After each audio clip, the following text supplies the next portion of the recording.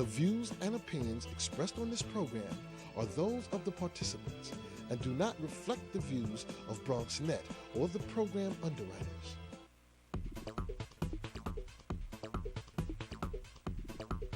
BronxNet. Your voice, your views, your vision. And good morning, everybody, and welcome to another Open, the one and only show that opens up the Bronx and the world to you. I'm your host, Dr. Bob Lee from 107.5 WBLS, your number one source for R&B. Catch me on each and every night right after the Quiet Storm with Lenny Green. Now, we have a fantastic show for you today. Coming up on today's show, we'll sit down with an organization working to empower Latinos and fight stereotypes.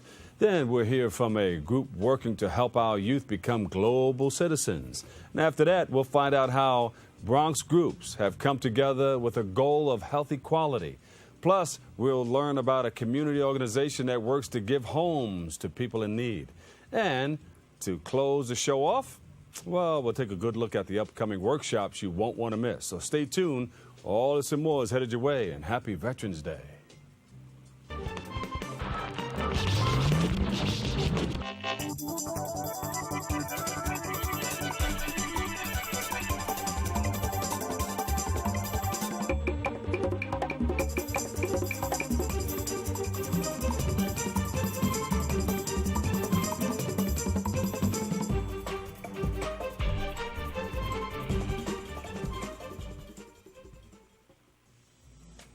Hello, everybody. I'm your host, Dr. Bob Lee, and today is Monday, November the 11th, 2013. You're watching Open, the only live interactive program that brings the Bronx and New York City straight to your TV set. We've got a great show today, but first, I would like to share that the one-of-a-kind outstanding show, Comedy Rumba, that began in the 1990s on BronxNet, will be making its debut this December. Notable comedian Mike Robles with executive director Michael Max Nabi have been working on this incredible premiere you don't want to miss. You don't want to miss it. Now, you can check out more in this New York Times article written by columnist David Gonzalez. Let's check in with our resident DJ, Vince Bracey. Vince, what's up? How was your weekend? I kind of lost my voice. It was kind of chilly out. I was doing a lot of yelling. But what are you yelling for? I did a wedding thing. I was hosting a wedding, and I got overexcited. Why are you yelling at a wedding? That's usually it's a party. controlled. It's a party. Oh, you did the party yelling. Oh, I got you. So yeah, I got my hot tea in here with me this All morning. right, so congratulate your bride and groom. Oh yeah, of course. Yo, you mean my bride and groom? Deannie and Danny once again. Torado, happy, anniversary. Yeah. Congratulations, et cetera, et cetera. Congratulations to the newlyweds, all right? And Yes. thanks for watching BronxNet. Of course, All right. So you got a lot of music planned for us? all the time. You're going to set the pace with it? Let's do You got it. it covered? Of course. DJ Vince Bracey, give him a big round of applause, everybody. All right, kicking off the show, our first guest is a notable activist who works toward equality, both in the community and in the world of sports. We are pleased to be joined today by Julio Pabon. He's the founder and CEO of Latino Sports. We welcome you. Now, we had you on the show before, and you were running for city council. Yes, I was. Yeah. How did you make out with that? We did very well. We, of course, we didn't win the election. We knew that was going to be an uphill battle. We were up against one of the most political, powerful families, dynasties in the South Bronx. But we wanted to show an example that no one should run unopposed. Yeah. She was going to run unopposed for the second time, and conditions in that district continue to be some of the worst in the city. And some of your issues were, and still are probably, Education, jobs, providing a new wave technology like free internet in the whole district, the whole stop and frisk issue. Yeah. We were taking on a lot of the progressive issues that I am so glad that de Blasio won, because it showed that New York City is ready for a progressive agenda. And we were one of the first saying that back when we were here on your show. I remember that. That was a long time ago, before anybody else started talking The about word stop and progressive frisk. wasn't used as much it is now. So good. So you put it out there. You created Yes, we an did. awareness. Yes, we did, and we got over against all odds, not one support from one county group, organization, politician, or organization.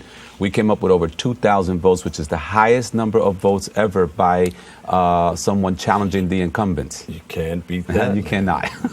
Which shows that there are people out there who want to change. The issue, though, is one that I'm writing about, which is the whole situation about primaries.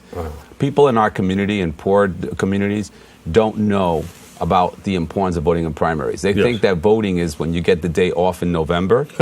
So since you get a day off, might as well go vote. Yeah. But they don't know that the real power is in the primaries. If you don't vote in the primaries, you're not really voting in November, because what you're doing is you're just pressing the lever for someone that has already been selected for you. So that's because one of the things. things. Go to the primaries to Exactly. You didn't help plant that seed as to who's going to win with the primaries. And we made a lot of an interesting point. For example, there's 68,000 people registered to vote in the district. Yeah. Less than 7,000 came out to vote. So you had the everything primaries. down. You had statistics. You had issues. We're coming back. Yeah. We started a group as a result of that, the Innovative Progressive Democrats, and that's with a whole bunch of novices. That campaign was run by not only one person that had experience. Everyone there was young, never been involved in electoral politics ever. Some of them couldn't even collect petitions because they were not registered as Democrats. Wow. Yeah. So with all that said, we showed that there is a lot of interested change coming to the South Bronx. Yeah. Now, of course, you're the CEO of the Latino Sports. What are you doing with that right about now? Well, right tell now, us a little bit about that. I took a leave of absence while I was running, and Latino Sports basically, it's a South Bronx corporate company that has been started for over 19 years now already, and we basically try to bridge the gap between athletes in the community. Yeah. Like our recent event was in August. I was able to have an event for Mariano Rivera, which he's retiring, and nice guy. Brought him to 150th Street in the Grand Concourse to the restaurant, and had a beautiful event for him. We did an event also in earlier than that in Flushing, where we brought another pitcher over, and we had an event, and we try to do things like that. And of course, our website, which publishes more than just the box scores. We try to go behind the scenes of what's really going on in sports. That's Latino Sports. So then, we pick up your magazine here, and we go through it. What do we expect? What's from front to back? Well, it's different, different things. For example, right now, we covered the World Series. But besides covering what everybody else knows, which, sorry for the Yankee fans, but the Boston Red Sox made it and they won, we have an interview, for example, I was walking on the field and I saw Ivan Rodriguez. Ivan Pudge Rodriguez, for the people who know, that's a destined Hall of Famer. Yeah. No doubt about it. Right. And just to see him standing on the field by himself looking at the batting practice, I walked up to him and I said, "So what are you doing now?" So he started talking to me. He says, right now, he's an anchor person working for Univision television. I asked him about how does it feel being in baseball all his life, because he got involved in baseball at the age of 16. In fact, he got married on the field in Texas. And then he went through the whole routine and he retired. So I was just interested in finding out, how does a person who basically has 20-something years in baseball at the star level, and then you're no longer there, how do you feel? So that's my interview. So you have that in there? Yeah, that's going to be my interview that's coming up either today or that's tomorrow. Great. Yeah, things like that. I saw Big Papi. Everybody's interested in Big Papi. But I saw his father sitting in the dugout. Yeah. And I said, everybody's interested in Big Papi, but what about the people who raised him? the people who raised him, the guy who's responsible, sitting there humbly looking at him. So I went and I sat down with him. Nobody was sitting down with him. That's my son, the baseball And player. I asked him about, how do you feel about your son getting all this attention and being up there? And he just let it out, man, just to hear what a father has to say. Those are the types of things. Yeah. So besides covering the World Series, we cover those other events. And of course, the stuff that we did for the marathon, which you covered the New York City Marathon? Well, that's what we did. The whole issue of the marathon was the fact that the marathon is probably one of the biggest marathons in the planet. Yes. But I always felt as a Bronxite that we got shortchanged, because it goes throughout almost all of New York City. And it just goes across and through the Bronx. It's like if you, this is the Bronx. Let me go in and let me go out. They come in through the 3rd Avenue Bridge. They make a left. They go down 136th Street,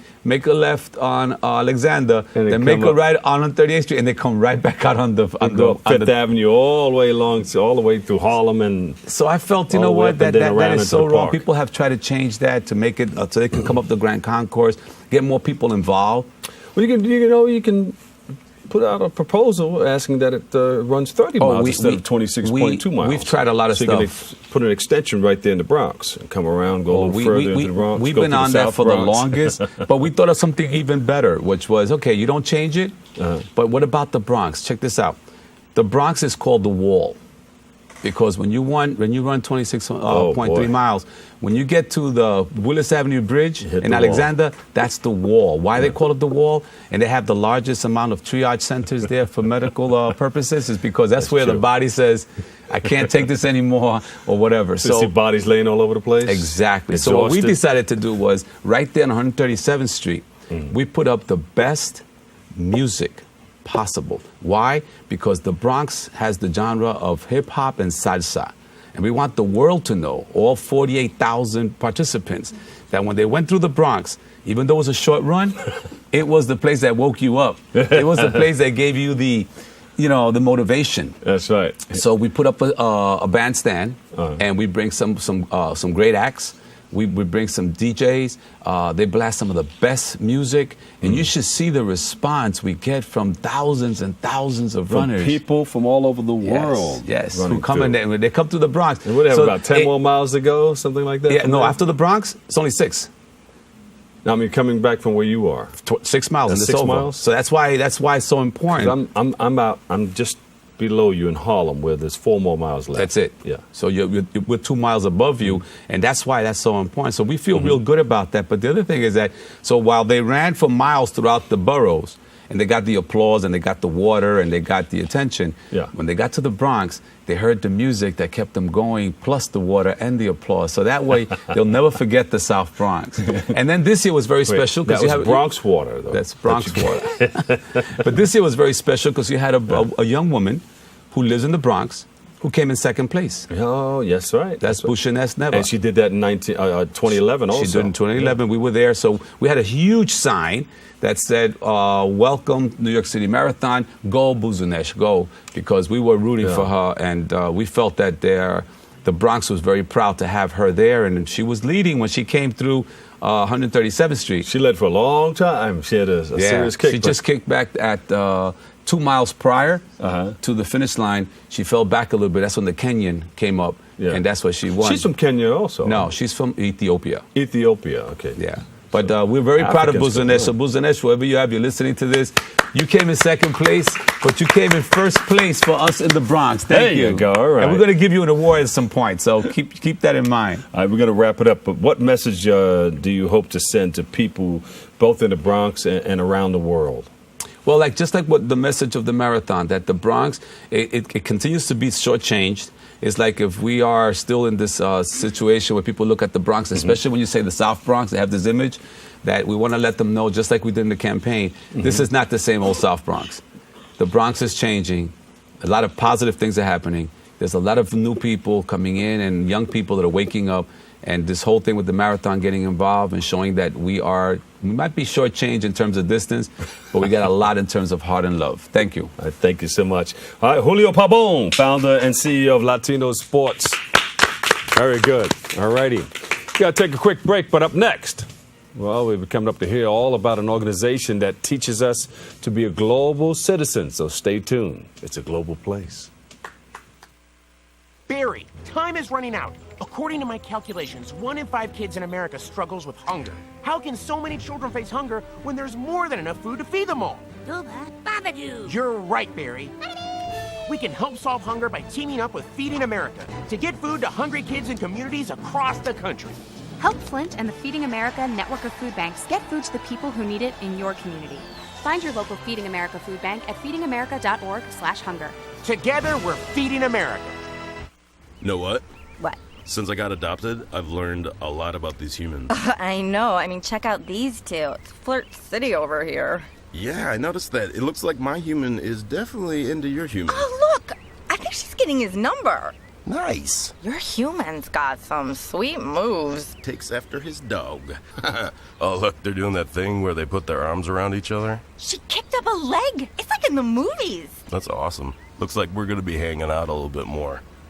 NFC, AFC, offensive linemen, defensive tackles, quarterbacks, and cornerbacks are all working with United Way for a million little reasons. The kids of our communities, to ensure their academic success all the way to graduation day. You see, it takes about 12 years to create a graduate, but it takes the same time to create a dropout. And the difference between a kid becoming one or the other could be a professional athlete, or it could be you. Studies showed the earlier we get to kids, the better their chances. So become a United Way volunteer reader, tutor, or mentor, and make a difference in the life of a child, for the life of that child. Give. Advocate. Volunteer. Live United. Join your favorite NFL players. Take the pledge. Go to unitedway.org. Hello, I'm Dante Lemon from Open 2.0 on BronxNet, the show by teens, for teens, and about teens. Catch us every Friday at 4:30 and anytime on the web by going to www.bronxnet.org.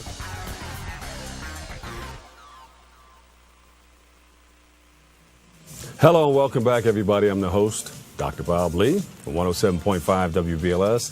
One World is an organization that works to unite the local and global community. And here to tell us more about the organization and their upcoming gala, Joe Carvin, and the founder of One World, and Jack Zakara, the educational director of the World. One World. Thank you. Not the whole world. Yeah, you never know. Yeah, maybe. Welcome back to the show. I haven't seen you guys in a while. And you guys, of course, are doing some wonderful things. You have that gala coming up. But tell me more about One World first. Sure. Since, we're really set up to work to create global citizens, and we started working with adults, and our board of directors pretty quickly said to us, if you really want to impact the future, let's go to the youth.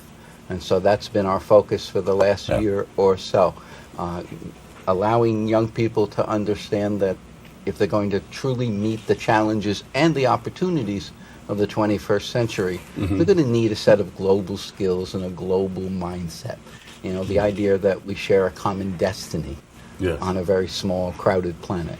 It's a small planet now because technology has shrunk it in an extraordinary way. And then when you add the kind of economic interdependence that we have, what happens in Asia affects us overnight. And so giving young people that mindset and hopefully the knowledge and the values and the skills they're going to need to be global citizens, we think is a valuable. If you just think of your last segment, you have an Ethiopian woman who is basically running for the Bronx. And the world's become interconnected and more interdependent than ever before. And ultimately, what we're trying to do is character education for a rapidly globalizing world. We're trying to do three things, Bob, what we call ECE. ECE. Educate for global awareness, connect through character. We're trying to create good kids, good character. Our kids aren't getting great messages today. Your show is different. We're trying to send them a great message. And three, we want to empower them through service learning projects to know that they can be positive change agents, not just in their local community and their national community, but the global community. What happens in the Bronx reverberates across the globe. And I think that's needed too, because all too often our kids grow up within this environment, and this is all they see, and sometimes this is all they know, and you can be conditioned to believe that that's it. Exactly right. You know, so I think you guys are doing. When we provide those connections, what's amazing to us is, and we're doubled the size of the program since we last saw you. Wow. We're doubling the size in the Bronx. We're really reaching out, and when you tell the kids they're part of a global world, when they're connected, and what they do is important, they really respond. And since we've seen you, we have 3 clubs started in China. Whoa! 1 in Ethiopia, and this month we're up and running on the ground in Mexico City and in Ecuador as well. Do you guys visit each city or country? Well, we're growing opportunistically. So basically, we met a woman from China who came to visit our club. She says, I love this, love what you're doing. Let me take it to China. Similarly, there's a charity we're working with in Ethiopia to roll out the club. We're going to have a conference call tomorrow with them. It's all enabled via technology, via Skype. So we're talking to them every day. but we haven't visited. We're getting this club set up, and we tend to visit. Enlighten us. Tell us about these clubs. What do people expect when they become Sure. involved in a club? One thing is that all of our clubs do service learning, right? So that it's really about that sense of I can make a difference, no matter who I am, no matter how young or old. I may not be able to solve everything, but I can do something. And so that's one thing all of our clubs do.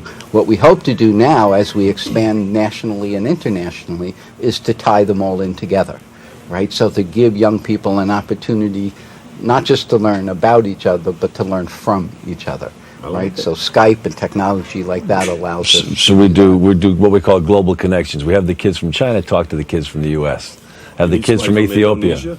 Pardon me? I have somebody in Indonesia. Love to. Oh, fantastic. My son's out there teaching. Oh, is he really? Oh, fantastic. So this is how we would grow. We would work with you. We provide the curriculum for free, with the teacher training for free, and we can do all this via technology today. So we're hoping to open in Kyrgyzstan, Egypt, and hopefully Indonesia. Yeah. Wow. So what are we doing right here in the Bronx? Is there a club here in the Bronx? Absolutely.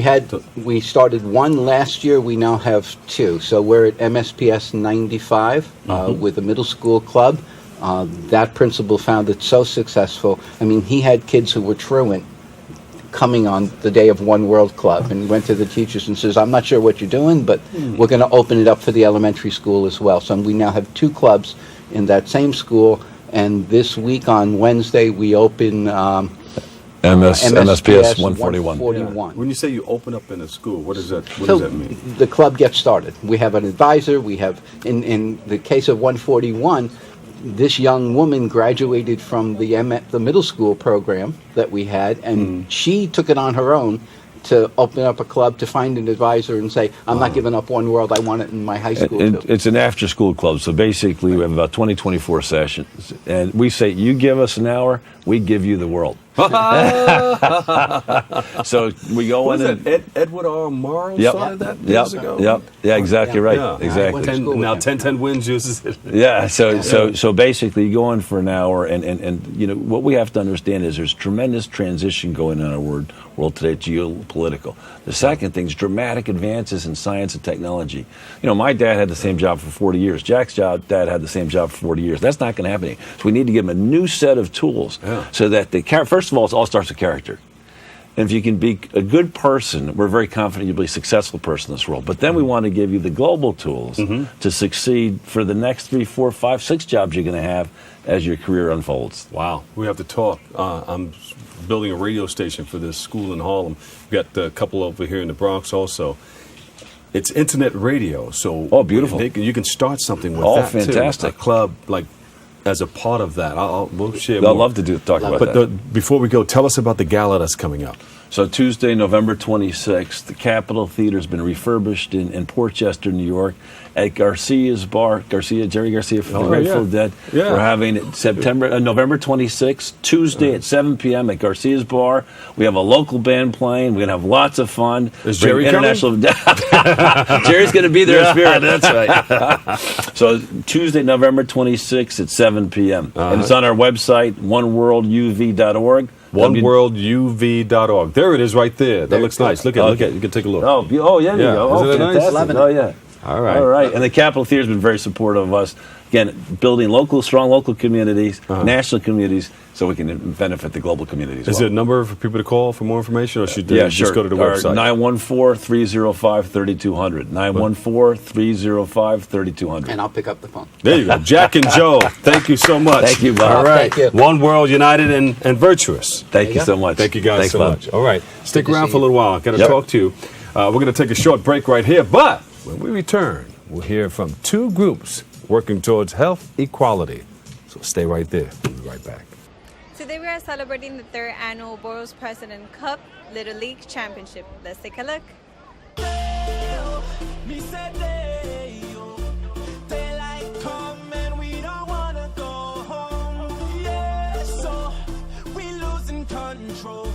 Turn the lights low, 'cause we about to get blown. Could you imagine being able to play in the same place where Derek Jeter and Mariano Rivera and Soriano played? As a kid, that would have been, the highlight of my life. And so we have 12 through 14-year-olds here today. But the most important thing is that they're not just great ball players, they're also great students and they're great citizens.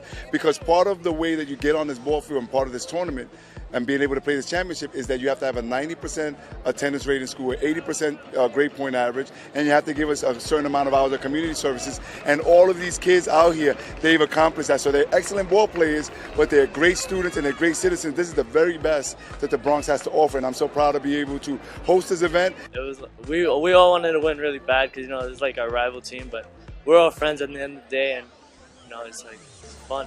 Everything I basically do in life, basically all revolves around baseball. I go to school, I got a scholarship because of baseball. All my opportunities I get outside of school is because of baseball. So it's a very good sport. Well, this is something really, amazing for all the kids, and not only for the kids, for all the parents and all the other kids that are watching. I would say this is something for the whole community, but it's something great because they mean that they know that they, playing on the same field that their role model play as something that, you have no words to explain it. We're hoping to see more and more of our kids and more people as this continues to grow. So it looks like we've been able to give almost 2,000 tickets, and you see so many Bronxites come out. But I would love for this stadium to be at least half full with Bronxites from every corner of the borough, us coming together, celebrating America's pastime and celebrating the very best of our future. Hello, I'm Dante Lemon from Opus 2.0 on BronxNet, the show by teens, for teens, and about teens. Catch us every Friday at 4:30 and anytime on the web by going to www.bronxnet.org.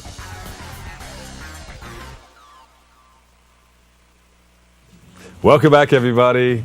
Bronx Health, it's called Bronx Health Reach, and New York Lawyers for Public Interest, they've joined together to bring health equality to the Bronx. And joining us now to share more about their work are Charmaine Ruddock, and Project Director of Bronx Health Reach, and Shayna Elrington. Elrington? I was going to say El Ringtone, but it's okay.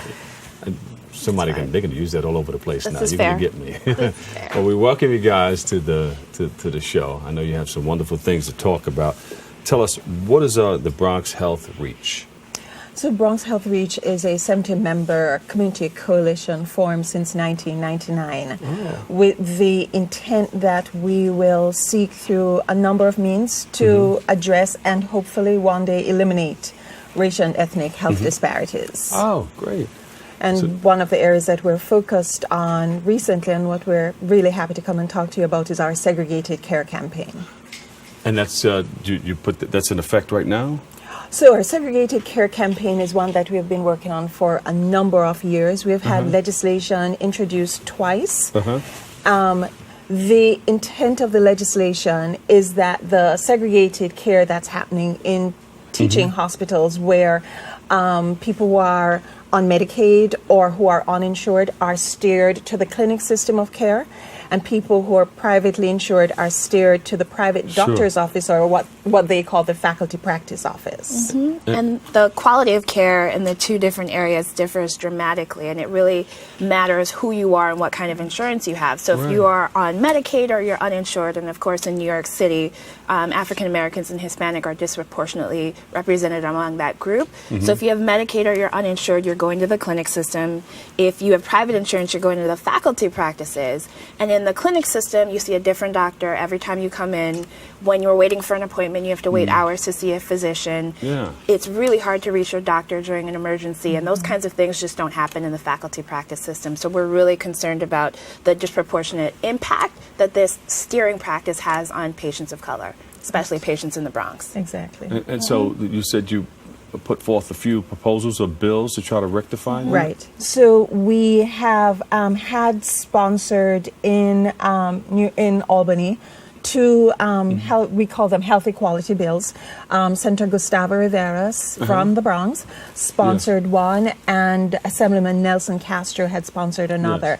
But at this point, the legislative period for those bills ended, so now we're looking to reintroduce the bills. And we have had ongoing conversations with both Senator Gustavo Rivera as well as Assemblyman Dick Gottfried, who is the chair of the Health Committee in the Assembly. Who are the people we're talking about? Who are we serving? Mhm. serving African Americans? Disproportionately African Americans and Hispanic people who are trying to go to the hospital for care. A lot of people have chronic illnesses. They suffer from diabetes. They're trying to see a specialist, but they're encountering this horrible system of care where they just can't get the care that they need. Mhm. How's Obamacare Great helped question. us? Great question. So we love Obamacare because it increases access to insurance for people. But the problem is insurance doesn't equal health equity. It doesn't equal access. So you can go to the hospital, but if you still have this system of steering where people are being seen in different systems of care, then the problem is just exacerbated. So in New York, it's something like 1 million people are going to be put into the health system that weren't there before, but you're still going to encounter the same problem. So the problem is not fixed on the grassroots level. Right. There needs to be broader So then you systemic need change. another proposal, right? Or is that Right. the same proposal So- that's going to go to the state that needs to go to the federal government? So what we're looking for, and the place where this will be fixed is in the state legislation, because our hospitals are subject to the state legislation. So that's why we have proposed these health equality bills. I just want to add another point to what Shana said to your question about the Affordable Care Act. In the Affordable Care Act, there's a thing called medical homes, which is exactly the sort of integrated care that we're proposing happens with our health equality bill, in that you have a team of providers that are going to be caring for a patient and who are going to be working together around the care for that patient. That's exactly the sort of care we want to see happen when people try to access specialty care. So it's built into the Affordable Care It's built in, but the challenge with us is that if we continue to have this segregated system of care, then the medical homes model will not be able to take place, at least not for people who are trying to access specialty care, who are on Medicaid or who are uninsured. So we're fighting to create a desegregation. Exactly. Everybody being with seen the same in the same diseases place. going into the same area. We just seeing the want, same people. what we are working towards is that if the two of us are patients coming in, and one of us has Medicaid and one has private insurance, as a provider, you should not be distinguishing in terms of the type of care you're providing to either one of us. We should be seen in the same setting. We should be seen by the same type of doctors. What currently happens, if I have Medicaid and I get to be seen in the clinic, I'm going to be seen by students and residents. She, with her private insurance, is going to go into the faculty practice or the private doctor's office, and she's going to be seen by a board-certified physician. Wow. The fact is that what we say, and we understand that medical students and residents need this sort of training to become doctors, but don't do it only on the Medicaid or the uninsured patients. Have an integrated team where the residents and the students being supervised by an attending see diversity of patients irrespective of their insurance it's going to status. be tough to break that up. It Now, if is. you have that and you have that and you see a doctor, doesn't he get paid the same thing that he gets paid from Medicare that he gets paid from your private doctor? Well, one of the pushback we get when we talk to hospitals about this is that they say that the reimbursement rate is different. If you're a Medicaid patient and you're seen in the private doctor's office, they say that the reimbursement rate is significantly less than if they see the same patient in the clinic setting. So we say, we understand that this is not about having anybody pay any price unnecessarily. So we say, well, It's then about the where care you of a get human being. well, also where you get the care, so then see everybody in the clinic setting. Yeah. You know, have the privately insured and the Medicaid and the uninsured be in the clinic setting where you can get the higher reimbursement rate from interesting. Medicaid. What is NYLPI? So that's my organization. It's New York Lawyers for the Public Interest, and we've been working for a long time with Bronx Health Reach on this issue. We're a nonprofit civil rights law firm dedicated to advancing health. And I just wanted to back up and say that, as you were saying, it's about a human being getting care. For us, it's very much a civil rights issue. There are civil rights laws at the federal, state, and local level that prohibit hospitals that get federal money in the form of insurance money from discriminating against patients in this manner. So we view it as illegal as well. So I know your group of lawyers are going to get together and put the pen to the paper and say, hey, Yeah, exactly. let's get to some legislation here. Exactly. Yeah. All right, so there's a lot of things that need to be corrected, of course. And Absolutely. we're working on it. Mm-hmm. You have the proposals back up. You said those bills are dead now? Because So it's a new... what we have been doing recently, we have been talking to Assemblyman Gottfried. As I said, he's the chair of the Health Committee, about pulling even some experts in who understand federal regulations, who understand the new Affordable Care Act, and able to advise us as the best way in terms of both what we're asking for in the bill and also sponsoring the bill in the legislation. All right, give us a number where people can get involved with this? Yeah, I think one of the most important things is to gather patient stories. So if there are people out there who have gone to the clinic, who have had difficulty, they've seen a different doctor every time, and they're really concerned about the quality of care, they should give us a call, and they can reach me at 212-244-4664. Again, that's 212-244-4664. This is very important. Thank you so much for having us. Thank you. You got to come back again. We'll do. We'd love to. Thank you. Charmaine Ruddock, Project Director of Bronx Health Reach, and Shana Elrington, Director of Health Justice. I said it slow. Justice Program, NYLPI. Okay. We got to take a short break, but when we return, we'll hear from a group who works to provide housing for everyone. We'll be right back. You can give them a big round of applause. Yeah.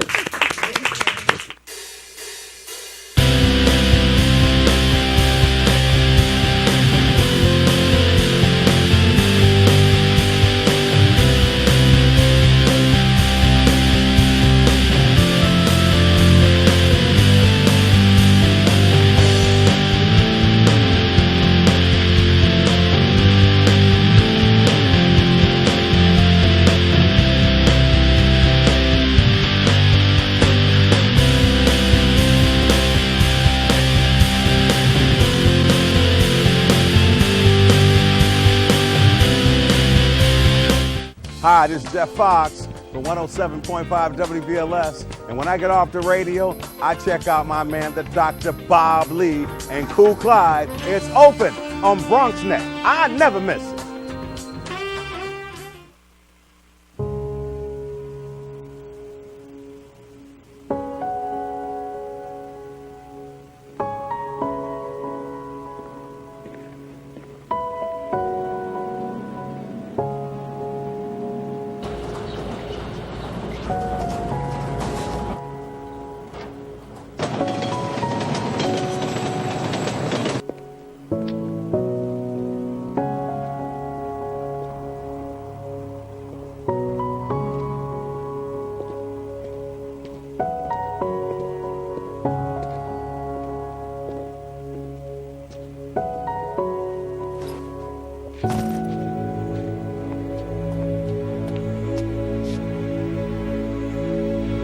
Welcome home, man.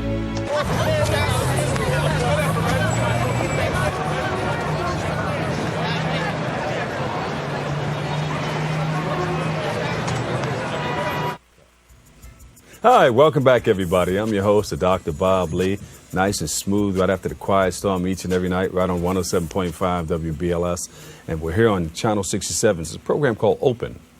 The Bronx Parent Housing Network is a group that gives homes to those in need. Here to tell us more about their great work are the President and CEO, Victor Rivera, and Lynette Rivera, Senior Vice President of Operations. We welcome you guys to the show. Thank you for having Let's us. have some fun here and talk about the wonderful works that you guys are doing, because you got to create this awareness and let people know more about what wonderful people like you are doing to help people in our community. Help somebody else become successful. Absolutely. First of all, what is BPHN? Bronx Parent Housing Network is a nonprofit organization formed to provide housing for those in need. And when I say those in need, Dr. Bob, I'm talking about everyone in the Bronx, everybody in the community, everybody in the city.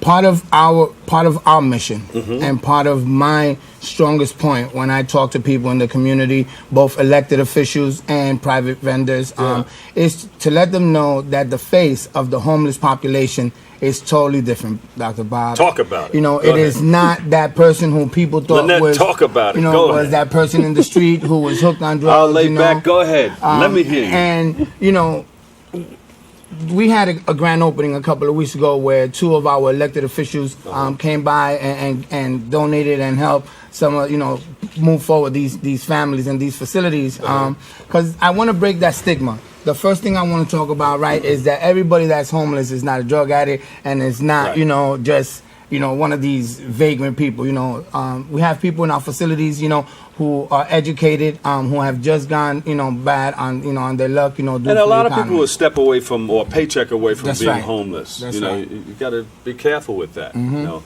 it's a stereotypical thing, but yes, there are a lot of people who are homeless, right, Lynette? Definitely, Dr. Bob. I just want to say that I am one of those persons that, you know, Mr. Rivera was talking about, one of those persons that was chronically homeless, one of those persons that was on substance abuse. So when I see shelters, and I don't even like the word, to use the word shelters, because homeless people don't even like shelters. Exactly. Now we're trying to get away from using the terminology of shelters into transitional housing, because that's exactly what people are. They're into transitioning when they come into, you know, receive services because they're homeless. So, like I said before, I am one of the face of somebody that's been homeless, somebody that's been on drugs. And so when the community see that small percentage of people that are still hanging on coin and still using drugs, that does not represent the entire, you know, people that are homeless. You know, I didn't come through any type of program, but, you know, I did make a decision to myself to change. And one of the things was going back to school and being educated, going to get a associate's degree, a bachelor's degree, and then a master's degree. My God, give her a big round of applause, Levi. Very good. You go, girl. Give me a high five. There you go. Now I'm being able to use some of those skills and tools that I learned, you know, Yeshiva University, where I received my master's in social work, to help to educate not only the clients that's come through the program, but staff as well, to not act as an authority figure, but as working in collaboration with the clients to teach them skills and tools so they can change. And one of the things that, you know, they're beginning to change is their thought process. So those are some of the things that we're teaching at Bronx Parent Housing Network.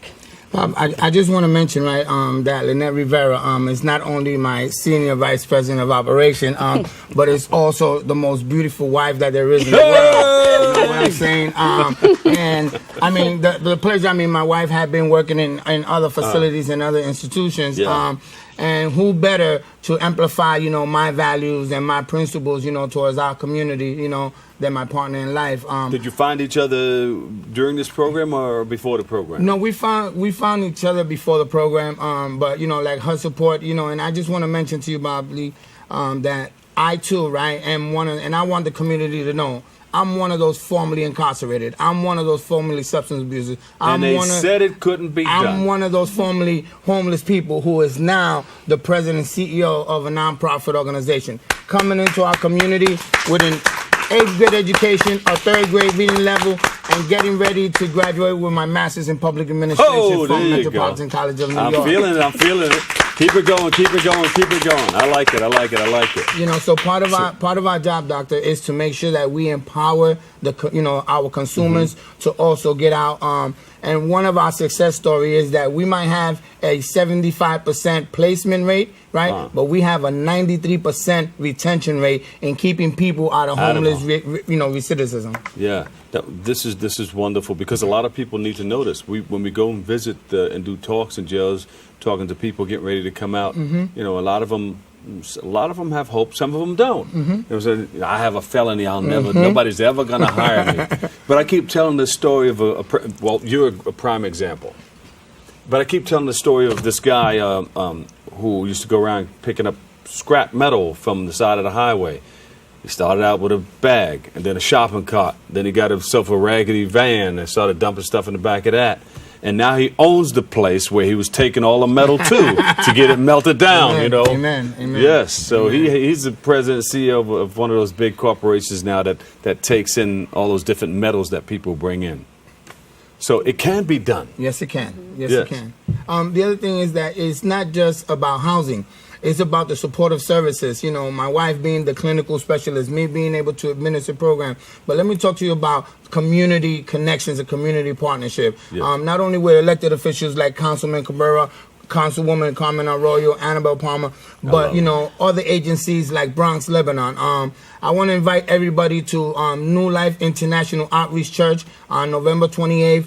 One of the things, and I'm getting a little bit emotional, Go ahead. is that, you know, we're here to serve, you know. So on Thanksgiving, people think that it's thanks to give, right, to receive. No, we want to give. So we're going to have we're going to have, you know, Thanksgiving for all those families who might not have.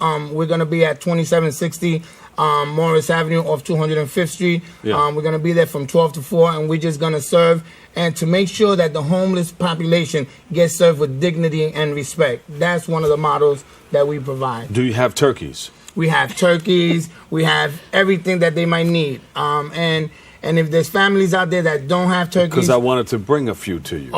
we would Can you definitely use them? receive. Yes, we can. All right, Dr. let's Bob. feed some yes, people. We can. All right, Absolutely. I'll give you my number. My foundation, the Make the Great Foundation, is going to receive a certain number of turkeys, and we usually give them out to people in need. Amen. You know, so yes, let's contact one another. This is great. See, if you don't come on, we don't know. Absolutely. It's like being out there without a business card, and you don't hand out your business card. Nobody will ever know who you are. Absolutely. It's a great thing, and I'm glad you guys have come together to share this with the rest of the world, not only here on BronxNet, but you know, through this is like a ministry. It is a ministry. Yes. Yes. It is a ministry. The one thing that social service might be missing is that spiritual connection. Mhm. So that's why, you know, I am so grateful It's probably there. to my pastor, you know, to make sure that, you know, that Well, spiritual the connection pastor's is the given. conduit for it then. Absolutely. Yes, indeed. Absolutely. All right. How can people help? People can help by donating food, clothing. You know, a lot of Mm. times when people come into our facilities, you know, sometimes they don't have, you know, what they need. They can just come and give some volunteer support. You Yeah. know, we can always use volunteers, especially we get a lot of volunteers from Lehman College, Yeah. interns that are. You hear that, everybody around here? Yes. we got- Volunteerism is great. Absolutely. You got to do it. You got to feel it. We have a lot of interns You have to from experience Lehman it. College, you know, Yes. so we're grateful to them. And just partnerships, you know. Give us a website and a number. The phone number is 347-271-8257, and please dial extension 102. I don't want people to go through the whole system. And the website is www.bphn.org. God has given you guys all the blessings in Praise the world. God. All we have to Thank do is you. activate it and Praise use God. it. All right. Mr. and Mrs. Rivera, can I say that? Absolutely. There you go. Absolutely. Absolutely. Bronx Farmington Housing Network. Thank you guys so much for being here. You got to come back Thank and you, share Bob. more. Yes, we Okay. will. But contact me about the turkeys too. Okay. All right, we're gonna take a quick break, but when we get back, we'll we'll have some stuff you don't want to miss. More stuff you don't want to miss. So don't change that dial. Kick off your shoes and relax your feet. Next on, I was gonna say BLS, but BLS too.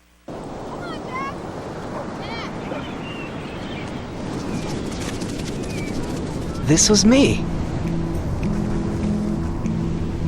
And Mom and Dad. And my big brother Alex. And Jack.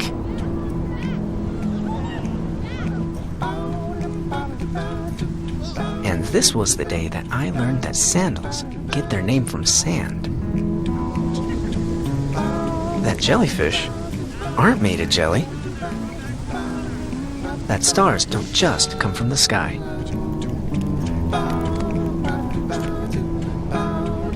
That the ocean is bigger than all of us. This is the day we all got to forget that I was sick. And it changed everything. This was my wish. I already knew that I was going to go to college, you know, from a young age. I definitely want to major in political science. After that, I'm going to get my law degree. Then I'm going to come back to Detroit, boost the economy, become the mayor or something, try to make the situation better for other people. I feel like I owe it to the city. I'm determined. It's going to happen. My name is Justin, and I am your dividend.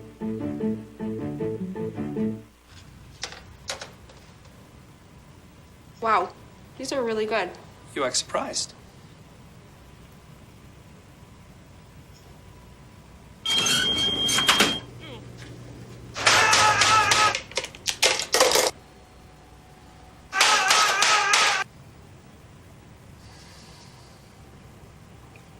Practice makes perfect. You don't have to be perfect to be a perfect parent. There are thousands of teens in foster care who don't need perfection. They need you.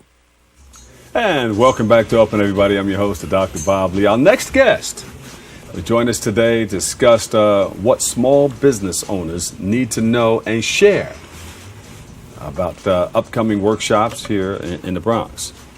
We're all going to converge under one roof, and we're going to be talking about some of the things that they can use, some of the tools that they can use to become successful in their businesses, and how to start a business. Exactly. Also, right. And I'm here today with Clarence Stanley, the Director of Small Business Development, and Larry Edwards. We welcome you guys to the show. Thank you. Thank you. Right. Tell us about the Small Business Development Center. Well, as you know, we've thank you again for having us on your show, Bob.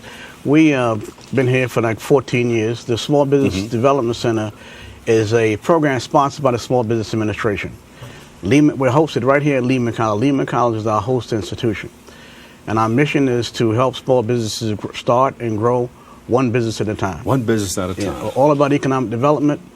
And the connection with Lehman College is the combination of education and economic development all under one roof.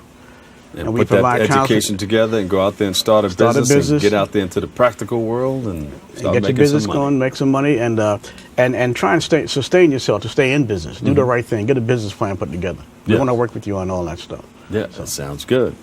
And Larry, this is the first time I'm getting the opportunity to meet you. You work here also with the. Actually, I'm an independent insurance broker, and I work with small businesses. Essentially, not just as an access point for coverage, but providing them with professional counsel, expertise, so that they know in terms of what their circumstances are, what's available to them, and they can make an informed decision for their business group and or their family. How important is it for a business to acquire some liability insurance to cover? I mean, a lot of people ask when you go out there, do you have liability insurance for your organization? Why is that? It's obviously it's very important to things like discrimination in the workplace, etc. My primary focus is health insurance. Yes. So a lot of employees or employers, it's essentially an indispensable fixed expense. In other words, they want to attract productive, healthy employees and retain those employees. That's right. And so you have something called the Affordable Health Insurance. You're involved with this? This is you? The Affordable Care Act is affecting the vast proportion of brokers. A lot of new, the exchanges. Yeah. It's a new resource. Yeah. For both individuals and for small business. How are insurance companies handling this? Because you hear like stories of people getting their insurances canceled. Is that they just throwing that out there? Is it just a few people, or is it a vast majority of people? A lot of the, I guess, put it in perspective. If you're an individual, maybe no more than 7% or so of us that have health insurance get it on an individual basis. So the rates have been cut virtually in half.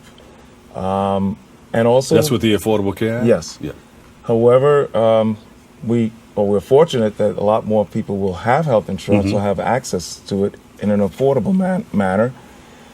Unfortunately, to get that, I guess, to put that insurance out there and make it available, the networks are a little bit condensed. So people will find that, I guess that's what you're hearing, that, my doctor's not in the plan or what have you. The networks are a little condensed. Some of the hospitals are not in the networks, but it is comprehensive health insurance that's available to more people. So some things just have to be ironed out to make it run smoothly. I mean, no plan ever came straight out and was 100% working right off the bat. From Medicaid and all that stuff all the way down. Exactly. Yeah. So where we are right now, Doctor, is that we're having a workshop, 2 workshops back to back, very important. Yeah. One of the most important things for a small business right now is to get access to capital. And we talk about financing on the 19th, which is this Thursday. We're offering a workshop here at Lehman College, I'm sorry, the 14th. November 14th, right here.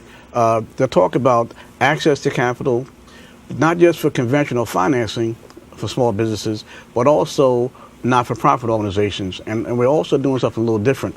We're offering this workshop for faith-based organizations. Big. So we talk now we're going to go through the whole process of getting a loan to buy. As you know, I've been encouraging folks to purchase real estate. We're going to focus on real estate acquisitions for small businesses. We're going to focus on owning a piece of the Bronx, but not just for-profit organizations. We're going to go through the whole process and getting the SBA guarantees, but also not-for-profits, faith-based lending, and through the churches, the faith-based organizations. We're going to talk about all the various programs that come under these organizations that we can arrange financing for. Yeah. So we're going to talk about that on the 14th, this Thursday. Larry is going to present for us next week on the 19th on affordable insurance. And what we're going to talk about is just a hands-on approach to just meeting with the brokers, sitting down and saying, they're trying to demystify this whole Affordable Care Act situation.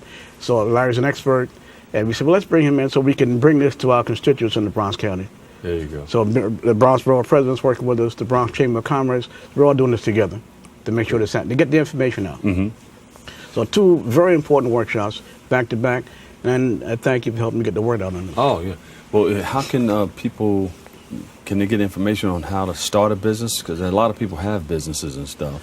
But the person who's been thinking about it for a long time and want to take that first step and just leap of faith, well, here I am, I'm going to start it. That's what we do here at right up in Common Hall, 128. We have certified business advisors on staff, and we'll sit down and work with you to put together your business plan, put together your financial proposal. And right now the big thing on social media, and we talked about this, you had a client, one of your guests speaking about going global, which is focusing on international trade, trying to show people how to do business overseas. So right here, if you want to start a business, give us a call at 718-960-8806. Yeah. And we'll set up an appointment and have you come meet one of our business advisors to put together a package, get you the financing, and then make sure you have the adequate insurance to attract good employees and keep them. Everything all under one roof. All under one on roof. The 14th, right? On the 14th. Where's it going to be again? Right here at Lehman College in the music building, East Dining Room. Yeah. And then on the 19th is right here at the auditorium here at Lehman College as well. There you go. Larry Edwards with the insurance. He has everything that you need to cover you every step of the way. And also Clarence Stanley, the Director of Small Business Development. Always a wealth of information. People want to start their business. You may want to just come down to this event again. It's on the 14th right here at Lehman College. Right. Come on down and be a part of it all. And right here, the address is 250 Bedford Park Boulevard. 250 Bedford Park Boulevard. We'll see if we can put it up for you again, okay? Thank you guys so much. Thank you. Did I miss anything? One more time. We're good. Quickly, they wrapping me? No, thank you. We look forward to seeing you on the 14th. You got it. Website, phone number. Website, www.nyssbdc.org. Thank you so much. Unfortunately, that's all the time we have for today's show, but I'd like to thank all of our guests for joining us and our viewers for tuning in and checking it all out. If you missed any part of today's show, well, you can tune in to the Recablecast at 5 and 10 p.m., or you can watch anytime on the web, bronxnet.org. Always remember this, I love you. Peace.